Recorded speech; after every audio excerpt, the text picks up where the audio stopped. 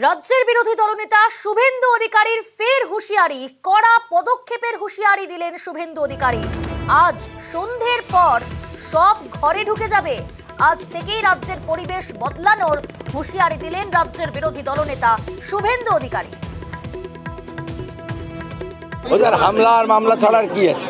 আজকের পরে সব বন্ধ হয়ে যাবে। ব্যাপক কেন্দ্রীয় বাহিনী ঢুকছে এবং বিশেষ বিশেষ দায়িত্বপ্রাপ্ত আধিকারিকদেরকে বিভিন্ন এলাকায় সিএপিএফ বা ইলেকশন কমিশন থেকেও পাঠানো হচ্ছে। স্পর্শকাতর বুথ হিসেবে ঘোষণা করেছে অর্জুননগর, সাউথখণ্ড, আড়গোয়াল ইত্যাদি এলাকাকে, এবং তারা ভোট শান্তিপূর্ণ করানোর জন্য যা করা হবে।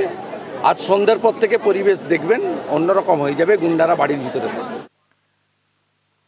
শুভেন্দুকে পাল্টা কটাক্ষ তৃণমূল নেতা জয়প্রকাশ মজুমদারের, বললেন কেন্দ্রীয় বাহিনী দিয়ে ভোটে জেতা যায় না, মানুষের সমর্থন দরকার। শুনুন জয়প্রকাশ মজুমদারের বক্তব্য।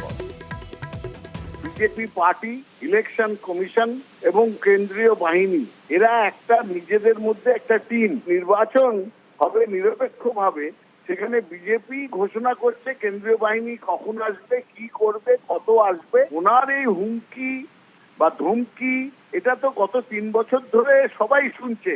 আর কত দেবেন এই ফাঁকা আওয়াজ? শুভেন্দু বাবু, কেন্দ্রীয় বাহিনী দিয়ে ইলেকশন জেতা যায় না, জিততে গেলে মানুষের পাশে দাঁড়াতে হয়। এটা যেন কান খোলা করে উনি শুনে নেন। এদিকে কোন বুথে কতজন বাহিনী থাকবেন তাও আজ জানিয়ে দিলেন শুভেন্দু অধিকারী। একেবারে কার্যত হুঙ্কার দিলেন তিনি। প্রতি বুথে 8 জন করে বাহিনী, প্রতি গ্রাম পঞ্চায়েতে 2টি কিওয়ার্ডটি থাকবে। কোনো পাড়া বা কাউকে বাধা দিলেই পিটিয়ে সোজা করে দেবে বাহিনী, হুঙ্কার শুভেন্দুর।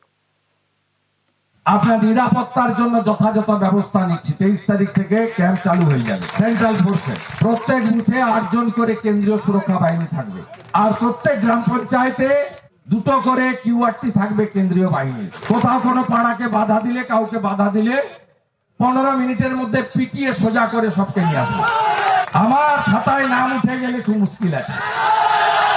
আর কেউ না জানুক, নন্দীগ্রাম জানুক। আর এদিকে শুভেন্দু অধিকারীর এই মন্তব্যের পরই পাল্টা প্রশ্ন ছুড়ে দিলেন জয়প্রকাশ মজুমদার। বলছেন মানুষকে ভয় দেখাচ্ছেন কেন? বাহিনীকে দিয়ে কি ছাপ্পা ভোট হবে? প্রশ্ন জয়প্রকাশের। কেন পেটাবেন কেন? মানুষ ভোট দিতে যাবে, আগে থেকেই মানুষকে ভয় দেখাচ্ছেন কেন? উনি কি চাইছেন না মানুষ নিশ্চিন্ত মনে শান্তিপূর্ণ ভাবে এসে ভোট দিক? নাকি উনি চাইছেন যে ইউপির যে ঘটনা এখন সামনে এসছে, যে একজন গিয়ে 8টা ভোট দিচ্ছেন দাঁড়িয়ে দাঁড়িয়ে, সেই ঘটনা বাংলাতেও করবেন? ছাপ্পা ভোটের নতুন কারবারি হয়েছেন এই শুভেন্দু অধিকারী, কেন্দ্রীয় বাহিনীর মাধ্যমে ছাপ্পা ভোট করবেন। কি উদ্দেশ্য আমরা বুঝতে পারছি না।